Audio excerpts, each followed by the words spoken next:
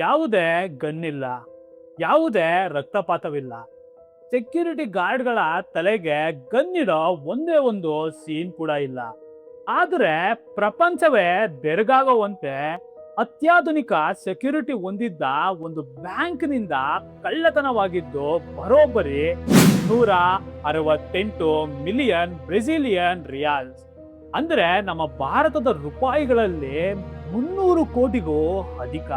August 8, 2005 ಸೋಮವಾರ ಬೆಳಿಗ್ಗೆ 8 ಗಂಟೆ ಬ್ರೆಜಿಲ್ನ ಫೋರ್ಟೆಲಾಜ ನಗರದ ಬ್ಯಾಂಕೋ ಸೆಂಟ್ರಲ್. ಅಲ್ಲಿನ ಸಿಬ್ಬಂದಿ ವೀಕೆಂಡ್ ಮುಗಿಸಿ ಆಫೀಸ್ನ ಲಾಕರ್ ರೂಮ್ನ ಓಪನ್ ಮಾಡ್ತಾರೆ. ಆದ್ರೆ ಅಲ್ಲಿ ಕಂಡ ದೃಶ್ಯ ಅವರ ದೇಹದ ರಕ್ತವನ್ನೇ ಎಪ್ಪುಗಟ್ಟುವಂತೆ ಮಾಡುತ್ತೆ. ಅಜೇಯ ಕೋಟೆಯಂತಿದ್ದ, ಯಾರೂ ಮುಟ್ಟಲು ಸಾಧ್ಯವಿಲ್ಲದ 1.1 ಮೀಟರ್ ದಪ್ಪದ ಸ್ಟೀಲ್ ಮತ್ತು ಕಾಂಕ್ರೀಟ್ ಗೋಡೆಗೆ ಯಾರೋ ಮಂತ್ರವಾದಿಯಂತೆ ದೊಡ್ಡ ರಂಧ್ರವನ್ನ ಕೊರೆದಿದ್ದಾರೆ. ಆ ರಂಧ್ರದ ಒಳಗೆ ಕಣ್ಣು ಹಾಯಿಸಿದ್ರೆ ಅಂತ್ಯವೇ ಇಲ್ಲದ ಕಗ್ಗತ್ತಲೆಯ ಸುರಂಗವೊಂದು ಕಾಣಿಸ್ತಾ ಇರುತ್ತೆ. ಲಾಕರ್ನ ಒಳಗಿದ್ದ ಕೋಟ್ಯಾಂತರ ಹಣ ಮಾಯವಾಗಿರುತ್ತೆ. ಇದು ನೆಟ್ಫ್ಲಿಕ್ಸ್ ನಲ್ಲಿ ಬರೋ ಮನಿ ಈಸ್ಟ್ ವೆಬ್ ಸೀರೀಸ್ ನ ಕಥೆ ಎಲ್ಲ ಸ್ನೇಹಿತರೆ. ಇದು ಇಡೀ ಕ್ರಿಮಿನಲ್ ಜಗತ್ತನ್ನೇ ನಡುಗಿಸಿದ ಒಂದು ನೈಜ ಇತಿಹಾಸ. ಇಷ್ಟೊಂದು ಹೈ ಸೆಕ್ಯೂರಿಟಿ ಇದ್ದ ಬ್ಯಾಂಕಿನ ಒಳಗಡೆ ಕ್ಯಾಮರಾಗಳ ಕಣ್ಣಿಗೆ ಬೀಳದಂತೆ, ಅಲಾರಾಮಿನ ದನಿ ಎತ್ತದಂತೆ ಆ ಕಳ್ಳರು ಒಳಗೆ ನುಗ್ಗಿದ್ದಾದ್ರು ಹೇಗೆ? ಇದರ ಹಿಂದೆ ಇರೋ ಆ ಮಾಸ್ಟರ್ ಮೈಂಡ್ ಯಾರು? ಹಾಗೆ ಅವರು ಎಣೆದ ಈ ಚದುರಂಗದಾಟವನ್ನ ನಿಮ್ಮ ಮುಂದೆ ಎಳೆ ಎಳೆಯಾಗಿ ಕಂಪ್ಲೀಟ್ ಆಗಿ ಬಿಚ್ಚಿಡ್ತೀವಿ.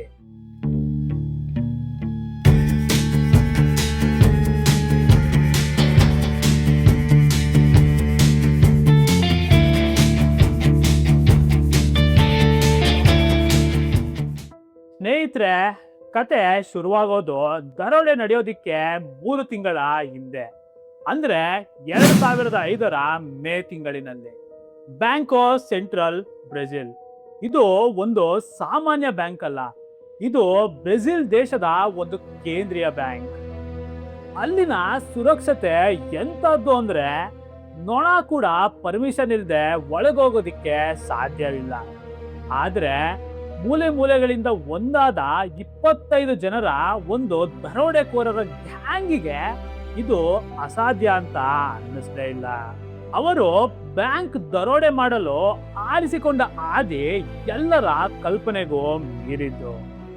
ಅವರು ಬ್ಯಾಂಕ್ ಮೇಲೆ ನೇರವಾಗಿ ಅಟ್ಯಾಕ್ ಮಾಡಲಿಲ್ಲ. ಅದರ ಬದಲಾಗಿ ಅವರು ಬ್ಯಾಂಕ್ನಿಂದ ಸ್ವಲ್ಪ ದೂರದಲ್ಲಿ ಒಂದು ಕಮರ್ಷಿಯಲ್ ಬಿಲ್ಡಿಂಗ್ ಅನ್ನ ರಹಸ್ಯವಾಗಿ ಬಾಡಿಗೆಗೆ ತಗೊಳ್ತಾರೆ. ಹೊರಗಡೆ ಒಂದು ದೊಡ್ಡದಾದ ಕಲರ್ಫುಲ್ ಬೋರ್ಡ್ ಹಾಕ್ತಾರೆ. ಅದರಲ್ಲಿ ಗ್ರಾಮ ಸಿಂಥೆಟಿಕಾ ಅಂತ ಬರ್ದಿರುತ್ತೆ. ಹಾಗಾದ್ರೆ ನಕಲಿ ಹುಲ್ಲುಗಳು ಹಾಗೂ ಗಿಡಗಳನ್ನು ಮಾರಾಟ ಮಾಡೋ ಒಂದು ಲ್ಯಾಂಡ್ಸ್ಕೇಪ್ ಬಿಸ್ನೆಸ್. ಸುತ್ತಮುತ್ತಲಿನ ಜನರಿಗೆ ಹಾಗೂ ಪೊಲೀಸರಿಗೆ ಅವರು ಸೂಟು ಬೂಟ್ ಹಾಕೊಂಡು ಪಕ್ಕ ಬಿಸ್ನೆಸ್ ಮ್ಯಾನ್ಗಳ ತರಾನೇ ಕಾಣಿಸ್ತಿದ್ರು. ಹಾಗೆ ಪ್ರತಿದಿನ ಆ ಮನೆಯಿಂದ ಟನ್ ಗಟ್ಟಲೆ ಮಣ್ಣು ದೊಡ್ಡ ದೊಡ್ಡ ವ್ಯಾನ್ಗಳಿಂದ ಹೊರಗಡೆ ಸಾಗಿಸ್ಲಾಗ್ತಿತ್ತು. ನೆರೆಹೊರೆಯವರು ಗಿಡ ನೆಡೋದಿಕ್ಕೆ ಮಣ್ಣು ತಗೊಂಡು ಹೋಗ್ತಾ ಇದ್ದಾರೆ ಅಂತ ಅನ್ಕೊಳ್ತಾರೆ. ಬಿಸ್ನೆಸ್ ಜೋರಾಗಿ ನಡೀತಾ ಇರ್ಬೋದು ಅಂತ ಕೂಡ ಅನ್ಕೊಳ್ತಾರೆ. ಆದ್ರೆ ಆ ಮುಗ್ಧ ಮನೆಯ ಮುಖವಾಡದ ಒಳಗೆ ಒಂದು ದೊಡ್ಡ ನರಕವೇ ಸೃಷ್ಟಿಯಾಗ್ತಿತ್ತು. ಹೌದು, ಅವರು ಆ ಮನೆಯ ನೆಲ ಅಂತಸ್ತಿನಿಂದ ಬ್ಯಾಂಕ್ ಲಾಕರ್ ರೂಮ್ ಕಡೆಗೆ ಒಂದು ದೊಡ್ಡ ಸುರಂಗವನ್ನೇ ತೋಡಲು ಶುರು ಮಾಡಿರ್ತಾರೆ. ಇದು ಒಂದು ಸಾಮಾನ್ಯ ಹೊಂಡ ಅಲ್ಲ ಸ್ನೇಹಿತರೆ. ಇದು ನೆಲದಿಂದ 4 ಮೀಟರ್ ಆಳದವರೆಗೆ ತೋಡಿದ್ದ ಒಂದು ಇಂಜಿನಿಯರಿಂಗ್ ಮಾರ್ವೆಲ್. ಒಳಗೆ ಮನುಷ್ಯರು ಲಗೇಜ್ ಹಿಡಿದು ಆರಾಮಾಗಿ ಓಡಾಡುವಷ್ಟು ಜಾಗ ಇತ್ತು. ಕತ್ತಲೆಯಲ್ಲಿ ಕೆಲಸ ಮಾಡಲು ಕಂಪ್ಲೀಟ್ ಲೈಟಿಂಗ್ ಕನೆಕ್ಷನ್ ಕೂಡ ಇತ್ತು. ಉಸಿರಾಡಲು ಎಕ್ಸಾಸ್ಟ್ ಫ್ಯಾನ್ಗಳು ಮತ್ತು under ground air conditioning system ಕೂಡ ಇತ್ತು. ಯೋಚನೆ ಮಾಡಿ, ಸಿಟಿಯ ಮಧ್ಯಭಾಗದಲ್ಲೇ ಇದ್ದು ಶಬ್ದ ಹೊರಬರದಂತೆ, ಯಾರ ಕಣ್ಣಿಗೂ ಬೀಳದಂತೆ 3 ತಿಂಗಳು ಅಂದ್ರೆ ಮೇಯಿಂದ ಆಗಸ್ಟಿನವರೆಗೂ ಈ ದೊಡ್ಡ ಸುರಂಗದ ಕೆಲಸ ನಡೀತಾನೆ ಇತ್ತು. ಆದ್ರೆ ಅವರಿಗೆ ಅಸಲಿ ಸವಾಲು ಸುರಂಗದ ಕೊನೆಯಲ್ಲಿತ್ತು. ಕಾಲ ಹತ್ತಿರ ಬಂತು. ಆಗಸ್ಟ್ 5, 2005, ಶುಕ್ರವಾರ ರಾತ್ರಿ. ವೀಕೆಂಡ್ ಆಗಿದ್ರಿಂದ ಬ್ಯಾಂಕ್ ಕಂಪ್ಲೀಟ್ ಆಗಿ ಕ್ಲೋಸ್ ಆಗಿತ್ತು. ಈಗ ಸುರಂಗದ ಕೊನೆಯನ್ನು ತಲುಪಿದ ದರೋಡೆಕೋರರಿಗೆ ಯಮನಂತಿದ್ದ ಒಂದು ದೊಡ್ಡ ಗೋಡೆ ಎದುರಾಗುತ್ತೆ.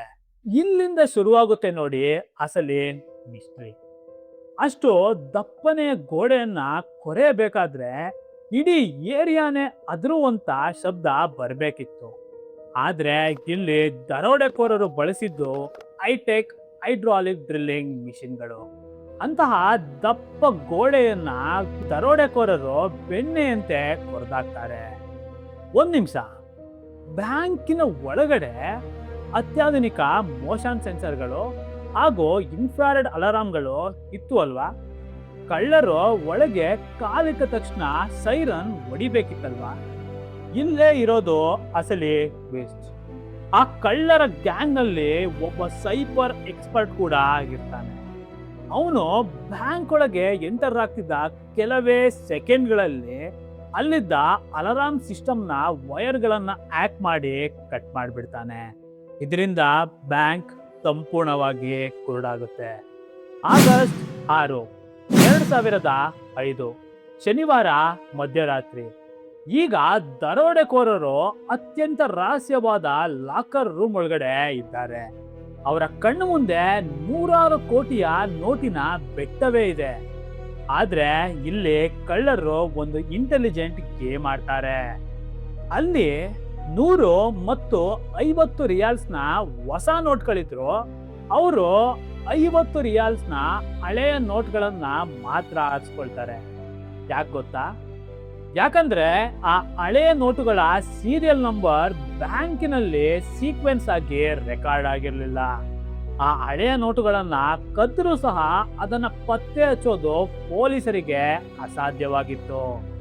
ಅವರು ಆ ರಾತ್ರಿ ಆ ಸುರಂಗದ ಮೂಲಕ ಸಾಗಿಸಿದ್ದು ಎಷ್ಟು ಹಣ ಗೊತ್ತಾ? ಬರೋಬ್ಬರಿ 3.5 ಟನ್ ತೂಕದ ಹಣವನ್ನ. ಎಸ್, 3,500 kg ಹಣವನ್ನ ಅವರು ಆ ಸುರಂಗದ ಮೂಲಕ ತಮ್ಮ ಬಾಡಿಗೆ ಮನೆಗೆ ರವಾನಿಸ್ತಾರೆ. ಅಲ್ಲಿಂದ ಮುಂಚಿತವಾಗಿ ರೆಡಿ ಇದ್ದ ಕಂಟೈನರ್ ಲಾರಿಗಳಲ್ಲಿ ಆ ಹಣವನ್ನ ತುಂಬಿಸಿ ಕಳ್ಳರು ಬ್ರೆಜಿಲ್ನ ಕತ್ತಲೆಯಲ್ಲೇ ಮಾಯವಾಗ್ತಾರೆ. ಇಷ್ಟೆಲ್ಲ ನಡೀತಾ ಇದ್ರು ಅಲ್ಲಿನ ಸಾರ್ವಜನಿಕರಿಗಾಗ್ಲಿ ನೈಟ್ ಪ್ಯಾಟ್ರೋಲಿಂಗ್ ಮಾಡ್ತಿದ್ದ ಪೊಲೀಸರಿಗಾಗ್ಲಿ ಇದರ ಬಗ್ಗೆ ಒಂದು ಚೂರೇ ಚೂರು ಸುಳಿವು ಕೂಡ ಇರಲಿಲ್ಲ. ಆಗಸ್ಟ್ 8 ಸೋಮವಾರ. ಬ್ರೆಜಿಲ್ನ ದೇಶಕ್ಕೆ ದೇಶವೇ ನಡಗಿ ಹೋಗುತ್ತೆ. ದೇಶದ ಇತಿಹಾಸದಲ್ಲಿ ಇಂಥ ಒಂದು ದೊಡ್ಡ ದರೋಡೆಯನ್ನ ಅವರು ನೋಡೇ ಇರಲಿಲ್ಲ. ಬ್ರೆಜಿಲ್ನ ಟಾಪ್ ಇನ್ವೆಸ್ಟಿಗೇಟರ್ಸ್ ರಂಗಕ್ಕಿಳಿತಾರೆ. ಆ ನಕಲಿ ಕಂಪನಿಯ ಮನೆಯನ್ನ ಸರ್ಚ್ ಮಾಡಿದಾಗ ಪೊಲೀಸರಿಗೆ ಭಾರಿ ನಿರಾಸೆ ಉಂಟಾಗುತ್ತೆ. ಯಾಕಂದ್ರೆ ಆ ದರೋಡೆಕೋರರು ದರೋಡೆ ಮುಗಿದ ನಂತರ ಅಲ್ಲಿ ಒಂದು ವಿಶೇಷವಾದ ಕೆಮಿಕಲ್ ಪೌಡರ್ ಅನ್ನ ಚೆಲ್ಲಿರ್ತಾರೆ. ಇದರಿಂದಾಗಿ ಪೊಲೀಸರಿಗೆ ಒಂದು ಫಿಂಗರ್ ಪ್ರಿಂಟ್ ಆಗ್ಲಿ ಒಂದು DNA ಆಗ್ಲಿ ಯಾವುದು ಕೂಡ ಸಿಗೋದಿಲ್ಲ. ಇಷ್ಟೊಂದು ಪರ್ಫೆಕ್ಟ್ ಆಗಿ ಕ್ರೈಮ್ ಮಾಡಿದ ಕಳ್ಳರು ಸಿಕ್ಬೀಳ್ತಾರ? ಸಿಕ್ಬಿದ್ರು ಹೇಗೆ? ಇಲ್ಲಿ ಇರೋದೇ ಕಥೆಯ ಅತ್ಯಂತ ರೋಮಾಂಚನಕಾರಿ ಹಾಗೂ ರಕ್ತ ಸಿಕ್ತ ಟ್ವಿಸ್ಟ್. ಇಷ್ಟೆಲ್ಲ ಬುದ್ಧಿವಂತಿಕೆ ಉಪಯೋಗಿಸಿದ್ದ ಕಳ್ಳರು ಕೊನೆಗೂ ಸಿಕ್ಬಿದ್ರು. ಅದು ತಾವೇ ಮಾಡಿದ ಒಂದು ಸಣ್ಣ ಹುಚ್ಚುತನದ ತಪ್ಪಿನಿಂದ. ದರೋಡೆ ನಡೆದ ಮರುದಿನನೇ ಆ ಕಳ್ಳರ ಗ್ಯಾಂಗ್ ನಲ್ಲಿದ್ದ ಒಬ್ಬ ವ್ಯಕ್ತಿ ಒಂದು ದೊಡ್ಡ ಕಾರ್ ಶೋರೂಮ್ಗೆ ಹೋಗ್ತಾನೆ. ಅವನು ಅಲ್ಲಿ ಒಂದೇ ಬಾರಿ 10 ಲಕ್ಸುರಿ ಕಾರ್ಗಳನ್ನ ಖರೀದಿ ಮಾಡ್ತಾನೆ. ಅದು ಕಂತೆ ಕ್ಯಾಶ್ ಕೊಟ್ಟು. ಇಷ್ಟು ದೊಡ್ಡ ಕ್ಯಾಶ್ ನೋಡಿ ಅನುಮಾನಗೊಂಡ ಶೋರೂಮ್ ಮಾಲೀಕ ತಕ್ಷಣವೇ ಪೊಲೀಸರಿಗೆ ಇನ್ಫಾರ್ಮ್ ಮಾಡ್ತಾನೆ. ಪೊಲೀಸರು ಆ ಕಾರುಗಳ ಬೆನ್ನತ್ತಿ ಹೋದಾಗ ಕಳ್ಳರ ಗ್ಯಾಂಗಿನ ಒಬ್ಬೊಬ್ಬರ ಮುಖವಾಡ ಕಳಚಲು ಶುರುವಾಗುತ್ತೆ. ಆದ್ರೆ ಟ್ವಿಸ್ಟ್ ಏನಂದ್ರೆ ಇಲ್ಲಿ ಪೊಲೀಸರಿಗಿಂತ ಮುಂಚೆ ಈ ಕಳ್ಳರ ಗ್ಯಾಂಗ್ನ ಬೆನ್ನತ್ತಿದ್ದು ಬ್ರೆಜಿಲ್ನ ಅತ್ಯಂತ ಕ್ರೂರ ಅಂಡರ್ವರ್ಲ್ಡ್ ಮಾಫಿಯಾ ಹಾಗೂ ಗ್ಯಾಂಗ್ಸ್ಟರ್ಸ್ಗಳು. ಹೌದು, ಕಳ್ಳರ ಬಳಿ 100 ಕೋಟಿ ಹಣ ಇದೆ ಅಂತ ಗೊತ್ತಾಗ್ತಿದ್ದಾಗೆ ಬ್ರೆಜಿಲ್ನ ಅಂಡರ್ವರ್ಲ್ಡ್ ಮಾಫಿಯಾ ಹಾಗೂ ಗ್ಯಾಂಗ್ಸ್ಟರ್ಗಳು ಈ ಕಳ್ಳರನ್ನೇ ಕಿಡ್ನಾಪ್ ಮಾಡಲು ಶುರು ಮಾಡ್ತಾರೆ. ಈ ಇಡೀ ಮಾಸ್ಟರ್ ಪ್ಲಾನ್ ನ ಕಿಂಗ್ ಪಿನ್ ಆಗಿದ್ದು ಲೂಯಿಸ್ ರಿಬ್ಯಾರಿಯೋ. ಅಕ್ಟೋಬರ್ 2005ರಲ್ಲಿ ಈ ಲೂಯಿಸ್ ರಿಬ್ಯಾರಿಯೋನ ಒಂದು ಭೀಕರ ಗ್ಯಾಂಗ್ಸ್ಟರ್ಸ್ ನ ಗುಂಪು ಕಿಡ್ನಾಪ್ ಮಾಡುತ್ತೆ. ಅವನನ್ನ ಅತ್ಯಂತ ಕ್ರೂರವಾಗಿ ಟಾರ್ಚರ್ ಮಾಡಿ ಅವನ ಬಳಿದ ಹಣವನ್ನೆಲ್ಲ ಕಿತ್ಕೊಂಡು ಅವನನ್ನ ಕ್ರೂರವಾಗಿ ಕೊಲೆ ಮಾಡಿ ರಸ್ತೆ ಬದಿಯಲ್ಲಿ ಹೆಣವನ್ನ ಎಸ್ದು ಹೋಗ್ತಾರೆ.